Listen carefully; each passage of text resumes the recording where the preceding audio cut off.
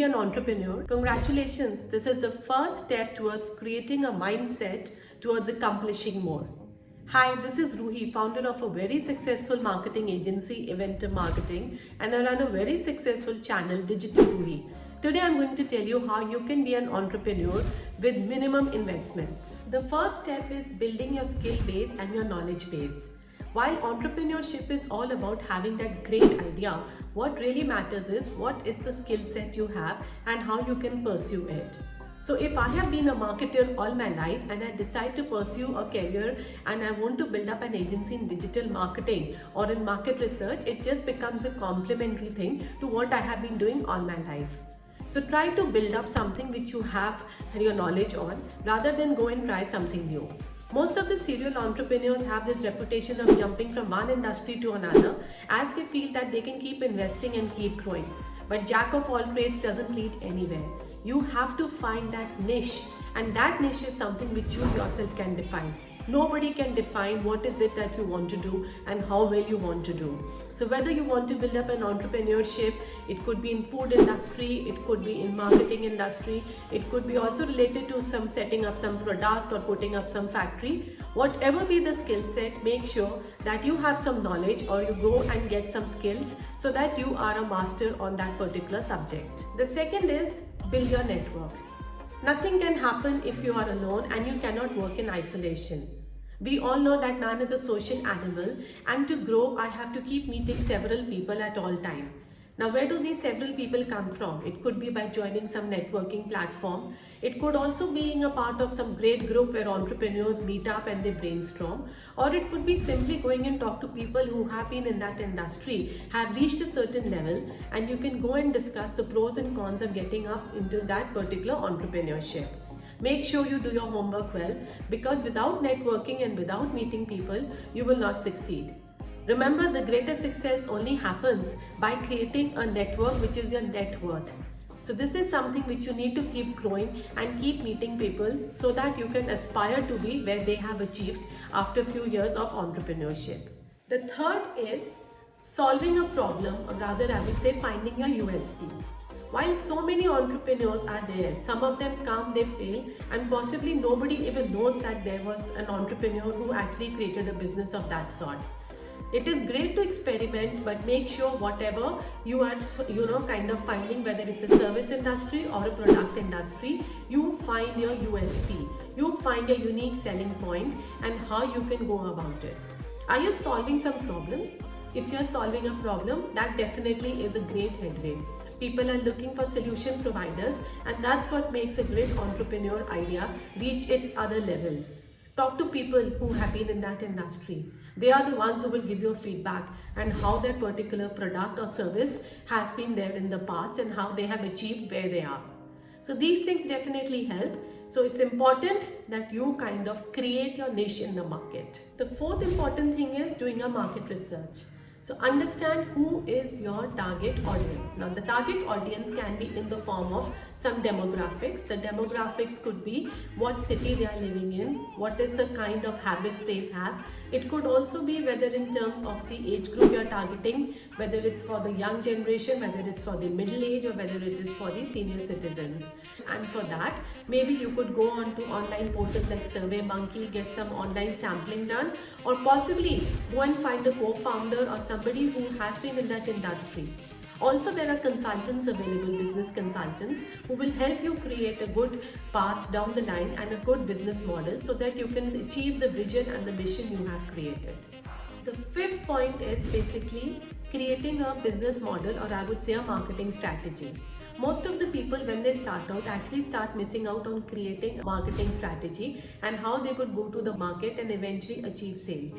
This can be done by creating a nice business cycle. Now this business cycle is something where you have the business templates and you can go and download it from your HubSpot or other places.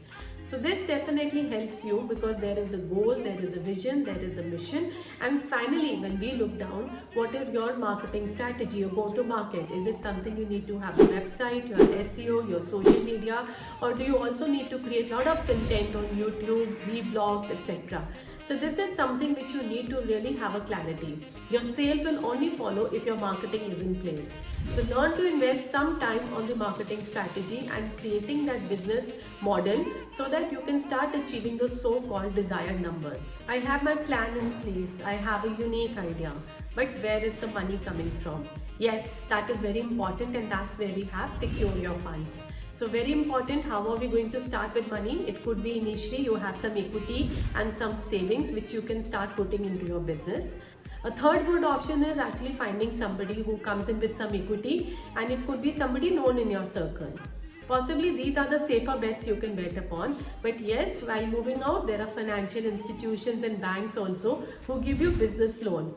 That obviously is based once your business starts rolling and you have some numbers to show. A great way of also doing this is today is through venture capitalists. This obviously is a long way, and it also moves out by sharing a equity of your company with these venture capitalists. If you have numbers and you want to scale up fast, yes, that is the fastest way of going out. The government of India has also started this unique thing of Startup India. Go and get your company registered over there under the MSME, and soon you can also get some initial funding to kickstart your business. So these are some ideas where at least the business starts rolling, and as and when the numbers and the volumes start coming in, you can start reinvesting it back in the business. Remember, a good business is the one wherein you put in 80% of your earnings back into the business and 20% as revenue.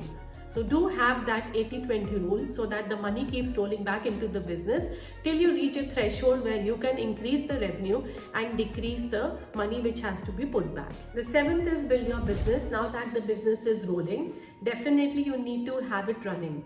A good successful business is something which has actually crossed the threshold of 3 years plus. So make sure if you require a location, go in for something very economical, and you can also take an economical co-working space to start with, or alternatively if you feel you can even run your business from your home, you could start that. Also, once you're running your business, make sure that you have not stopped the marketing. The marketing is something which will help you sustain for a longer time. Make sure that your brand is visible on all platforms, because the more the people see your brand, the more they will have confidence and faith and trust so that they can come back and buy your services or your products. So these are some things which you need to do as and when the business is scaling up. Entrepreneurship is definitely not an easy game. It is something which requires a lot of guts, and a lot of pitfalls are also there once you start moving up. It could also happen your idea fails. It could happen you've run out of money. It could also happen not finding the right person for the right job to execute it. Or it sometimes could be that you have become a multitasker. Whatever be the case, don't ever give up, because what requires is that you have to keep moving, keep sustaining, and be consistent in your entrepreneur drive. So wishing you all the best so that you start this entrepreneur journey and keep growing, and so that you can start adding that little 1% to the GDP of your nation. So the entrepreneur journey is definitely not easy, and there are some pitfalls. The first could be running out of money. Second could be having too much of debt. Third could be not separating your business from your work. So very important that there is a line which you draw between your personal expenses and the business expenses. The fourth could be that there is an internal conflict. It could be with your co-founder, it could be with somebody who's put in money with your company, or it could be simply with your employees. So make sure that it is amicable and everybody works together in the right spirit. And lastly is not setting the right culture. So when you start an entrepreneurship, make sure that the culture setting is done from day one. And it is a place where people are motivated and they come down to work over there, and there is an opportunity to scale up within that organization. Entrepreneurship is definitely not an easy game, but it's well worth the risk and the returns. It is something where you are the master of your own business, and you are the one who is planning how you can actually scale up as per your terms.